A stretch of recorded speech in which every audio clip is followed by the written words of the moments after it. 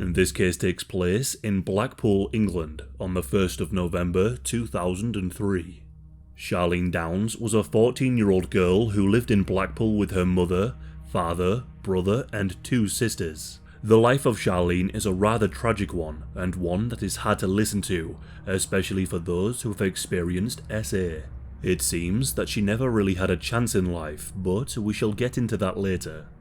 An old close friend of Charlene who knew her very well described her as a lovely and caring girl. However, he said that when she was around 12 years old, her personality changed. She became more reckless and rebellious. Charlene's older sister is named Rebecca. At the time of this story taking place, she was 16 years of age. Out of all of the siblings, it's reported that Charlene and Rebecca were the closest and considered each other to be best friends. Rebecca moved out of the family home when she was 14 years old and moved into a house that was owned by a 50-year-old man.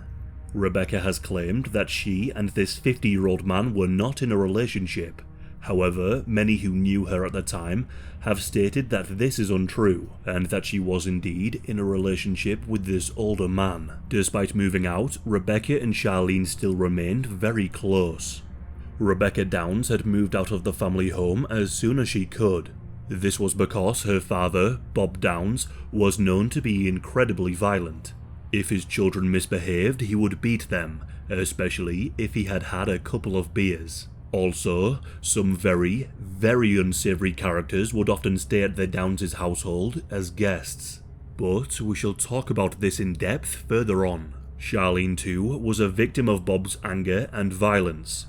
In fact, the Downs family had moved from the West Midlands to Blackpool in 1999. This was because both Karen and Bob risked losing their children as they had been investigated by the social services due to neglect, abuse, and multiple predators staying in the family's home. The authorities wanted to place the children into the care system. On the 1st of November 2003, Charlene awoke at around 10 AM. She got ready for the day and met her sister Rebecca. The two spent the day walking the streets, in the arcades, and in McDonald's. At around 6:45 PM that night, Charlene and Rebecca were walking towards Church Street, which is in Blackpool town centre. During this time, their mother, Karen Downs, was handing out leaflets for a local restaurant. The three happened to bump into each other and spoke briefly. Rebecca told Karen and Charlene that she was going home and asked Charlene if she wanted to come with her. However, Charlene said that she wanted to meet some friends instead. So, off Rebecca went alone. Karen walked with Charlene to a payphone where she called some of her friends, telling them to come and meet her. Karen stayed with Charlene until these friends arrived. Once the friends came, Karen told Charlene not to be home too late before going their separate ways. Now, what happened from this point on is a little unclear. Charlene and these friends spent some time together. She then met another friend and went to the Carousel bar situated on the North Pier. Footage would be found much later of what appears to be Charlene walking with an unidentified woman at around 9 PM. The area in which Charlene is walking was known for the selling of illegal substances and is where working women were known to hang out. Charlene then meets other friends and hangs around the town centre before making her way towards an alley on Abingdon Street. Charlene was spotted around this alleyway at around 10 to 11 PM. It was the last time she would ever be seen again. When Charlene didn't make it home that night, Karen became concerned. However, she would later claim that she didn't worry too much. Charlene was 14, an age when teenagers are known to rebel, and put this down for the reason for her not coming home on time. Hours and days would pass. Charlene's parents didn't report Charlene missing for 2 whole days. When Karen phoned the police, she stated that Charlene had been missing since 8 o'clock on the Saturday, which was the 1st of November. She reported Charlene missing on the Monday. Whilst on the phone, the police told Karen that they would send some officers over shortly to gather some information in hopes of being able to locate Charlene quickly. On the phone call, you can hear Karen reply, "I can't. I need to go out soon." To which the dispatcher replies in a shocked voice, "Your daughter is missing and she is 14. You need to stay in and speak to the police." The police went over to the Downs' household and gathered information about Charlene, who she was with when she disappeared, what she was wearing, and where she was known to hang around. At first, the police put this case down as a runaway child. They assumed that Charlene would soon turn up once she ran out of money or missed her home, but this wasn't what happened. The police contacted the local media and told them not to publish the story of Charlene's disappearance, claiming that this was just another runaway story and she would be back soon. Although, after some more time passed with no leads, Charlene's mother contacted the media and asked them to publish an article along with a recent photograph of Charlene, which the media did. This is when Karen learned that the police told the media not to publish the story. The police received a large number of calls and tips from various people, all claiming to have seen Charlene in the days since her disappearance, one even claiming that they had seen her dead by a railway track. However, the vast majority of these tips did not lead to anything of significance. It soon became apparent that something was horribly wrong. When the police questioned Karen and Bob, they discovered that living with the family was a man named Ray Monroe. As I mentioned earlier, some very unsavory characters were living in the house, and Ray was one of them. Ray is a convicted predator. He was found guilty during the time he was living with the family, and 3 days after Charlene vanished, he was sentenced and jailed after he pleaded guilty to 3 counts of indecent assault and SAing a 6-year-old boy. Ray was jailed for 4 years after pleading guilty. Bob has always insisted that he had no idea that Ray had pleaded guilty to these horrific crimes, claiming that he only found out about his crimes when he was sat in court during Ray's trial, 3 days after Charlene had disappeared.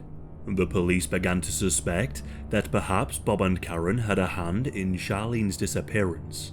Investigators also discovered the reason why the Downs family had moved from the West Midlands to Blackpool. When Charlene was just 9 years of age, she had accused a friend of Bob and Karen's of forcing themselves on her, among other things. When social services became involved, Bob and Karen moved and were somehow able to slip under the radar. If Charlene were to be found, or if she ever came back, it was decided by the authorities that she would be put into their care system. However, this was never to happen. Years went by with no trace of Charlene. It also became clear to the police that Charlene, along with many other young girls, would frequent some of the local kebab shops where they would do sexual favors for the owners and workers in return for money, cigarettes, and alcohol. It's reported that Charlene had over 100 contacts. Men all over Blackpool would pay Charlene to perform acts on them for money. Charlene was one of over 60 girls in Blackpool who were being exploited by the takeaway owners who operated in a ring, amongst various other predators. The youngest of these girls was 11. However, the police would keep this quiet until 2011. The next big development would occur in 2006. A man by the name of David Cassidy came forward to the police with some information. He stated that 2 men were responsible for the murder of Charlene, Mohammed Raveshi and Ayad Al-Batiki. Raveshi was a 55-year-old takeaway owner and a foster parent to many children. Al-Batiki was 28 years old and was business partners with Raveshi. David Cassidy claimed to have heard that Raveshi had a number of young girls hanging around his home and his takeaway. David also claimed that Raveshi had been found inside his bed with 3 young naked girls, one of them being Charlene Downs. He also said he had heard that Charlene had performed oral acts on Al-Batiki in exchange for money. David Cassidy was described as a businessman. He had a slot machine arcade and supplied slot machines to takeaways. He was very familiar with many of the owners. The story that he told the police was that Charlene was a victim of exploitation, and that she had told Raveshi and Al-Batiki that she was going to the police to turn them in because she was sick of being used by them. David claimed that he received this information from Albertiki's brother. The story was that Albertiki had killed Charlene and acquired help from Raveshi to dispose of the body. Based on these accusations from David Cassidy, Albertiki and Raveshi were detained and brought in. They were questioned and asked if they knew anything about the disappearance of Charlene Downs. The two men claimed that they had no idea who Charlene even was. Whilst the two men were detained by the authorities, the police went to Raveshi's home and installed a number of secret recording devices, along with a recording device in Raveshi's car. For 4 weeks, the police listened in on private conversations. A total of 52 tapes were made over the course of the 4 weeks, and Detective Sergeant Jan Besant was the officer who volunteered to transcribe them. For 6 hours a day for almost a year, she listened to the tapes and tried to make sense of them. The recording devices in Raveshi's home were planted right near the television set, so static was picked up. This resulted in the audio being extremely poor quality. It's important to note that Jan had no qualifications to make her an expert in transcribing poor quality audio and had no knowledge of linguistic analysis. When speaking about what she heard in the tapes, Jan said, "In the first few tapes, clearly they were shocked and worried and panicking. The first thing they talk about is this murder inquiry." In the recordings, Jan heard the two men talking about a burial place and big bones. A small piece of the transcript is on screen now. In one of the recordings, Jan believes she hears Raveshi say, "I can't cope. I'm so worried, and you were the one who killed her." Raveshi then asks, "Why did you kill her?" Albertiki replies saying, "You're being stupid if you thought we'd ever release her." Albertiki was also heard asking how long fingerprints last, to which Raveshi responds, "There is nothing left of her. She was here, she died, there really is nothing." Jan also claimed to hear the two men joking about how they had minced up Charlene's body, turned her into kebab meat, and served her flesh to unwitting customers.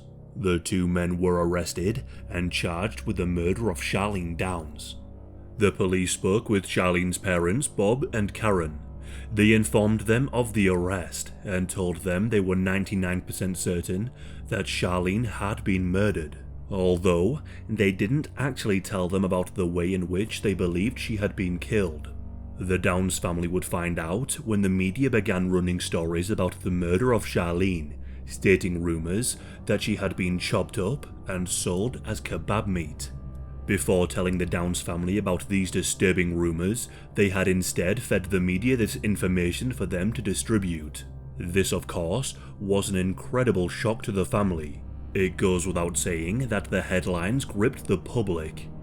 The story of a teenage girl being turned into kebab meat and being cannibalized by unwitting customers spread quickly. The trial would begin in May of 2006. The audio was presented to the court, with a transcription going alongside, informing the court of what the men were saying, along with their witness, David Cassidy. Raveshi owned a number of properties in Blackpool. In his main residence, the investigators looked for any DNA evidence or blood that could prove that Charlene was either there or had been killed there. The prosecution team showed evidence and photographs of the home, showing that a number of floorboards had been replaced very recently, along with other renovations to the house. Investigators had also noted that the place was unusually clean, like it had been scrubbed. No DNA evidence was found that belonged to Charlene. Albertiki and Raveshi's defense team managed to convince the judge that David's testimony was merely hearsay and was not reliable, pointing to the fact that David had a long criminal history. The audio quality of the recordings was also contested. The defense argued that it was too unclear to be a reliable piece of evidence. The judge agreed that the transcript could only be cited as an interpretation and not as fact. The defense team also pushed that the recordings and the transcripts did not match up, and that Jan wanted to solve the case so badly that she inserted what she wanted to hear into the transcriptions and were made to fit the narrative. For instance, the words burial place were mistranscribed. What was likely said was Paul's place. A tracker was placed on Raveshi's car. When the police checked to see where Raveshi had gone since the tracker had been placed on his car, they confirmed that he had actually visited his friend Paul. No such burial site was ever visited by Raveshi. However, what is rather odd is that both men were indeed talking about the disposal of big bones. Linguistic experts later confirmed that they were talking about bones, and were joking about mincing somebody up in the kebab meat. Both men denied any wrongdoing and proclaimed their innocence. There was no evidence that either of the men had ever met Charlene. Then, a very damning piece of evidence was presented that shattered the prosecution's claims. Investigators had wired up David and gotten him to speak to Albertiki's brother again. Albertiki's brother being the one who told David about this whole story. David did as he was asked and spoke with Albertiki's brother about the alleged murder of Charlene. In this recording, the brother this time claimed that he had no idea what David was talking about. At the end of the recording, David says to the brother, "I must have gotten the wrong end of the stick." With these holes in the prosecution's evidence, the case fell through and resulted in a hung jury, meaning that the jury could not all collectively agree whether or not the two men were innocent or guilty. So, they were released. The Downs family were outraged. They believed that the two men were guilty of murdering Charlene, and they still do. However, it was discovered that the two men knew some of the jury members, and so a retrial was set for 2008. But the Crown Prosecution Service found no evidence against the two men, and so this retrial was called off. Because it was claimed that the two men were falsely accused and falsely imprisoned, they both were given £250,000 each in compensation. Although, both men faced further accusations following the trial, with Albertiki being accused of SAing 5 young women, and Ravishi being accused of abusing a young girl. Neither men were found guilty of any of these crimes. Following the trial, the police were investigated for what was seen as their major mishandling of evidence. It was found that many of the officers were untrained, incompetent, and held strong biases towards the two men. Because of Jan's alleged misinterpretations of the audio, she was ordered to resign following this investigation.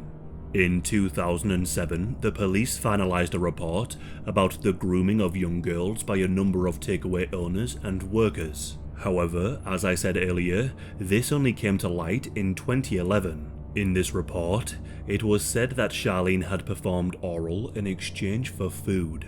The number of girls mentioned in this report was around 60. However, this could be a lot higher. Many of these girls were incredibly vulnerable, coming from abusive homes and many in the care system. Now, let's delve a little deeper into the Downs family. A week after the trial had ended, Karen took a knife and stabbed Bob. Bob survived and refused to press charges against Karen, stating that she was just under a lot of pressure due to the trial collapsing.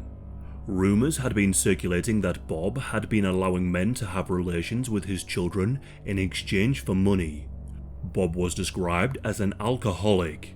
One theory was that he allowed his children to be used in exchange for money.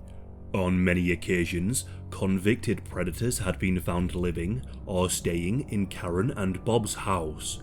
Bob would often go out drinking and invite random men back to the house for more drinks.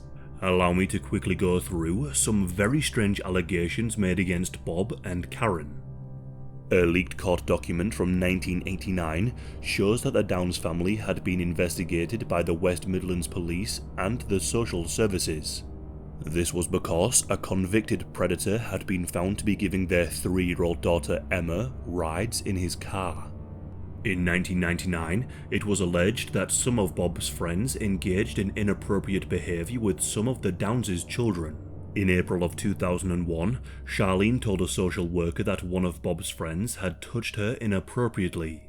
In August of 2001, Charlene was found by a social worker lying in bed with a man in his 60s. This incident occurred in the Downs' home in Blackpool. Charlene was then later seen counting some money. And of course, before Charlene vanished, the man I mentioned earlier, Ray Monroe, was living with the family. It's reported that many people saw Charlene sitting on Ray's lap inside the Downs' family home. At least 16 males who have committed various offences involving children have had access to the Downs' family home in the West Midlands and in Blackpool over a 15-year period. It's entirely possible that it's more than 16. I do have to make this clear, these are all allegations. Although it is confirmed that Charlene attended a health clinic 12 times, it was noted that she had bruises to her private area on multiple occasions. Karen was aware of these visits to the clinic, however she claimed that she never thought much of it. Charlene's blood was also found in the Downs' household. However, this is something that can be expected, as of course she did live there.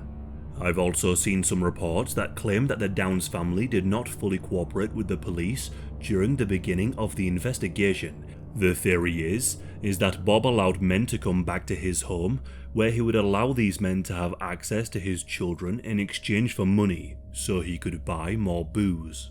One of these men may have either deliberately or accidentally killed Charlene, and the parents helped to cover up her death to save themselves. Some people think that Bob may have killed Charlene in a fit of rage. Both Bob and Karen deny having any part in the disappearance of Charlene. A number of other suspects have been questioned by the police over the years. However, nothing has ever come of it. The most recent suspect is a man named Nigel Lloyd. It's said that Nigel knew the Downs family and Charlene. Nigel is a 51-year-old convicted predator. He was found guilty of attacking 2 young girls between 2001 and 2003 in Blackpool, which was around the time when Charlene was walking the streets. There are also some rumours that the two spoke on the night that Charlene went missing. Nigel's flat also overlooked the alley near the takeaways where Charlene was known to frequent. Nigel was recently arrested and questioned, however, nothing ever came of this either. So, what exactly happened to Charlene Downs? Do you think Albertiki and Raveshi were responsible? Although the recordings were somewhat debunked, many parts of the audio are still very suspicious. Regardless, many people, including the police, believe the two men to be extremely dangerous. Or do you think that the parents had anything to do with her death? The case of Charlene is incredibly tragic. Reading about her early childhood made me feel sick to my stomach. I can already feel that some people will judge Charlene for her behaviour, but I do think it's important to remember and to take into account what she went through when she was younger and the kinds of people who were allowed to live in her home. Detective Chief Superintendent Andy Webster has said, "We remain fully committed to finding Charlene's killer and her body. A £100,000 reward remains on offer for information leading to the conviction of her killers or the recovery of her body. If you do know anything about the murder of Charlene Downs, please see the relevant links in the pinned comment." Investigators have taken more than 4,800 witness statements and followed 10,500 lines of inquiry. But the case still remains unsolved. As of the release of this video, Charlene has been missing for just shy of 20 years.